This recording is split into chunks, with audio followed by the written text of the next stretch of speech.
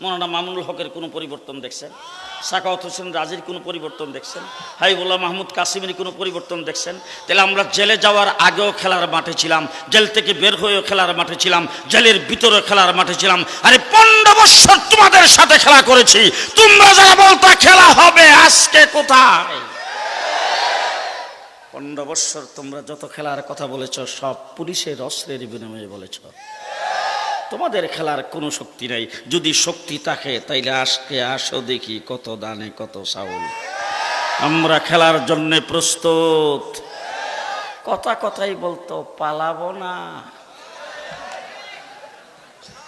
আজকে গেলা কোথায়? কোথায় গেছো? 1.5 মাস রিমান্ডে ছিলাম, দৈনিক অন্তত 50 বার আমাকে গালি দেওয়া হতো পাকিস্তানি রাজাকার। যে সমস্ত গ্রুপ আমাকে জিজ্ঞাসাবাদ করতে আসতো প্রথম শব্দটা বলতো পাকিস্তানি রাজাকার। তাইলে তোমরা যারা আমাদেরকে পাকিস্তানি রাজাকার বলে গালি দিয়েছো, আমার পাসপোর্ট নিয়েছো, বিমানবন্দর ইমিগ্রেশন থেকে আমার সমস্ত নথিপত্র যা আছে সব কিছু সেখান থেকে বের করে এনে তারপরে একটা অক্ষর যাচাই করেছে সমস্ত পৃথিবীর বিভিন্ন দেশে, আমেরিকা, কানাডা, ইউরোপ, ইংল্যান্ড, সৌদি আরব, আরব আমিরাত, কাতার, কুয়েত, মিডল ইস্টের প্রায় অর্ধেকটা পৃথিবী আমি ঘোরাফেরা করেছি, সব কিছু দেখেছে। কিন্তু কোথাও তো একটা সিল পাকিস্তানে গেছি বলে তেমন পাও নাই, পাকিস্তানের কোনো ভিসা পাও নাই, পাকিস্তানে তো জীবনে কোনো দিন যাই নাই, সামনে কোনো দিন যাবো কি না সেটাও তো সন্দেহ। তার কারণ হলো পাকিস্তানের বর্ডারের সাথে আমার বাংলাদেশের বর্ডার না, আমি ইচ্ছা করলেই যে লাভ দিয়ে চলে যাইতে পারবো। তারপরেও তোমরা আমাকে পাকিস্তানি রাজাকার বলে গালি দিয়েছো। মৌলবি দেখলেই মনে করো পাকিস্তানি রাজাকার, টুপিদারিওয়ালা দেখলেই মনে করো পাকিস্তানি রাজাকার, আমাদেরকে স্বাধীনতা বিরোধী বলো, আমাদেরকে পাকিস্তানি বলে গালি দাও। আজকে তোমাদেরকে জিজ্ঞেস করতে চাই তোমরা গেলা কোথায়? আমরা পাকিস্তানি রাজাকার নয়, তোমরা সবাই ভারতীয় রাজাকার, ভারতীয় রাজাকার, ভারতীয় রাজাকার। আমাদেরকে যাদেরকে পাকিস্তানি রাজাকার বলছো তাদের দ্বারা বাংলাদেশ কোনো ক্ষতিকর নয়, তাদের দ্বারা বাংলাদেশ হুমকির সম্মুখীন নয়। তোমরা ভারতীয় রাজাকার যারা, তোমাদের দ্বারা বাংলাদেশ হুমকির সম্মুখীন, তোমাদের দ্বারা বাংলাদেশের ক্ষতি আছে। পেছনের দরজা দিয়ে ভাইগে চলে গেছো ঠিক, কিন্তু আমরা এ পর্যন্ত মোকাবেলা করেই আছি। যাই এই সর্বপ্রথম যে অজুহাতটা উঠেছ গোলাপানিতে বাঁশ শিকার করার জন্যে, সংখ্যালঘুদের উপর নির্যাতন হচ্ছে, সংখ্যালঘুদের মন্দির আক্রমণ হচ্ছে, তাদের বাড়িঘরে আক্রমণ হচ্ছে, গোটা বাংলাদেশের সংখ্যালঘুদেরকে রাস্তায় নামায়া এই দেশে একটা অকারেন্ট সৃষ্টি করার চেষ্টা করেছিলে। কওমি মাদ্রাসার ছাত্ররা সংখ্যালঘুদের বাড়িঘর পাহারা দিয়েছে, মন্দিরও পাহারা দিয়েছে। সেই পাহারার ব্যবস্থা আমরা করেছি। তোমরা পুলিশ বাহিনীকে পুলিশ লিগে পরিণত করেছিলে। পুলিশ বাহিনী যখন লেডি প্রধানমন্ত্রী হাসিনা পেছনের দরজা দিয়ে ভাগছে, উবাইদুল কাদের, কাওয়া কাদের তো একদিন আগেই বাড়ছে, ভাগ্য যখন চলে গেছে, চলে যাওয়ার পরে তারা আর কাদের অধীনে চাকরি করবে? এই জন্যে পুলিশ যখন কাজ থেকে অব্যাহতি নিয়ে বলছে যে আর ডিউটি করবে না, আর তারা চাকরি করবে না, আর তারা কাজে যোগদান করবে না, এই নিয়ে যখন সারা বাংলাদেশের প্রত্যেকটি থানা, প্রত্যেকটি ফাঁড়ি যখন পুলিশ শূন্য হয়ে গেছে, যখন রাস্তাঘাটে গ্রামে গঞ্জে বিভিন্ন জায়গায় চুরি ডাকাতি হাইজাক যখন বেড়ে গেছে, স্কুল কলেজের মাদ্রাসা স্কুল কলেজের ছাত্রদের কাঁধে কাঁধ মিলাইয়া আমার মাদ্রাসার ছাত্ররা সারা বাংলাদেশে পাহারা বসায়েছেন। রাস্তাঘাটে যখন যানজটের সৃষ্টি হয়েছে, ট্রাফিক যখন কোথাও নাই, ট্রাফিকের দায়িত্ব আমরা পালন করেছি। বিচারপতিদেরকে দিয়ে কু করতে চেয়েছো, সেটাও নস্যাৎ করে দিয়েছি। আনসারদেরকে দিয়ে কু করতে চেয়েছো, সেটাও নস্যাৎ করে দিয়েছি। এরপরে শুনলাম 10 তারিখে আইবা। কোথায়? 10 তারিখে আইবা শুনলাম। স্কুল কলেজ মাদ্রাসার ছাত্ররা রাস্তার মোড়ে তোমাদের আসার অপেক্ষা করেছেন। আর আমি ঢাকা শহর দিয়ে যাওয়ার সময় তোলা রাশি দিয়ে বাড়ি সালাম দিয়ে তোমাদেরকে তালাশ করেছি। তোলা রাশি দিয়ে বাড়ি সালাম দিলাম, কোথাও তোমাদেরকে পাইলাম না। কোথায়? যত শক্তি দেখাইছ সব পুলিশের অস্ত্রের বিনিময়ে দেখাইছ, যত শক্তি দেখাইছ সব প্রশাসনের ক্ষমতার বলে দেখাইছ। ও আমার ভাইরা, তাই এবার আপনাদের সামনে দাবি জানাতে চাই, আমাদের আস্থা এবং বিশ্বাস থাকবে কার উপর? আরো জোরে বলেন, কার উপর?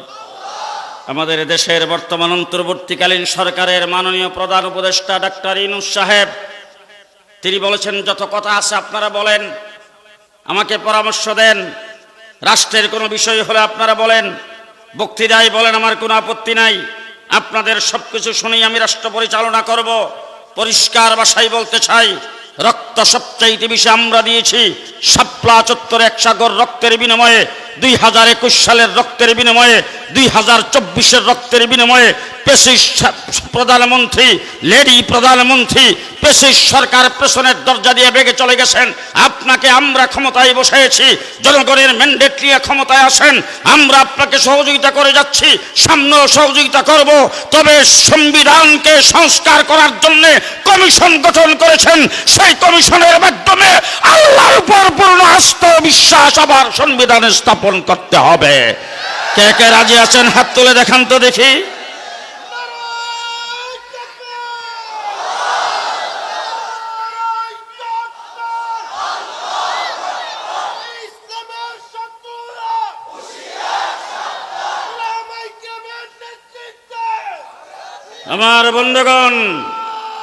আমার বন্ধুগণ, বাংলাদেশ স্বাধীন বাংলাদেশ স্বাধীনতার পক্ষ শক্তি আমরা কোথাও বর্ডার পাস হতে পারবো না।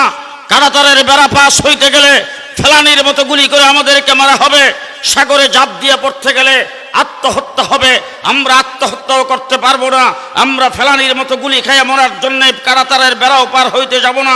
স্বাধীনতাকে টিকায় রাখার জন্য এদেশের মাটি কামড়ে হইল আমাদেরকে এই দেশে থাকতে হবে। তবে আপনি সংবিধানকে সংস্কার করবেন, সেই সংস্কার কমিশনে আলেম ওলামায়ে কেরামদেরকে সম্পৃক্ত করতে হবে। আমরা চাই বাংলাদেশে আগামী দিনের সংবিধান হবে ইসলামের সাথে কোনো সাংঘর্ষিক কোনো কথা থাকবে না। ইসলামের সাথে সাংঘর্ষিক কোনো কথাবার্তা সংবিধানে থাকবে না, বরং সংবিধানটাই হবে ইসলাম ভিত্তিক সংবিধান।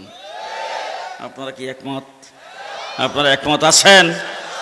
2 নম্বর কথা বলতে চাই আমার ভাইরা, শিক্ষা জাতির মেরুদণ্ড।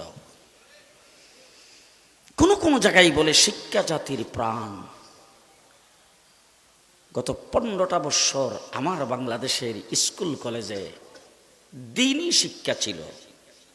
প্রাইমারি স্কুলে আমরা দেখেছি একজন মৌলবী মাস্টার। গত 15 বছরে কোন স্কুলের মধ্যে একজন দ্বীনিয়াত পড়াইবার কোন মাস্টার রাখা হয় নাই। দ্বীনি শিক্ষাকে সংকোচন করে আমার নবীর জীবনী বাদ দেওয়া হয়েছে, খুলাফায়ে রাশিদিনের জীবনী বাদ দেওয়া হয়েছে, এমনকি ধর্ম শিক্ষার বইয়ের মধ্যে রামায়ণের ছবি দেওয়া হয়েছে। 15 বছরের ভিতরে দ্বীনি অর্থাৎ ধর্মীয় শিক্ষার কোনো পরীক্ষাও নাই, পরীক্ষাও বাতিল। ধর্ম শিক্ষাকে বাদ দিয়া নাস্তিকতাবাদের শিক্ষা চালু করেছিলেন। মুফতি ফজলুল হক আমিনী রহমতুল্লাহ আলাইহি হরতাল করেছিলেন ইসলামী শিক্ষা চালু করার জন্য। সরকার ঘোষিত শিক্ষানীতির বিরুদ্ধে মুফতি আমিনী হরতাল করেছেন।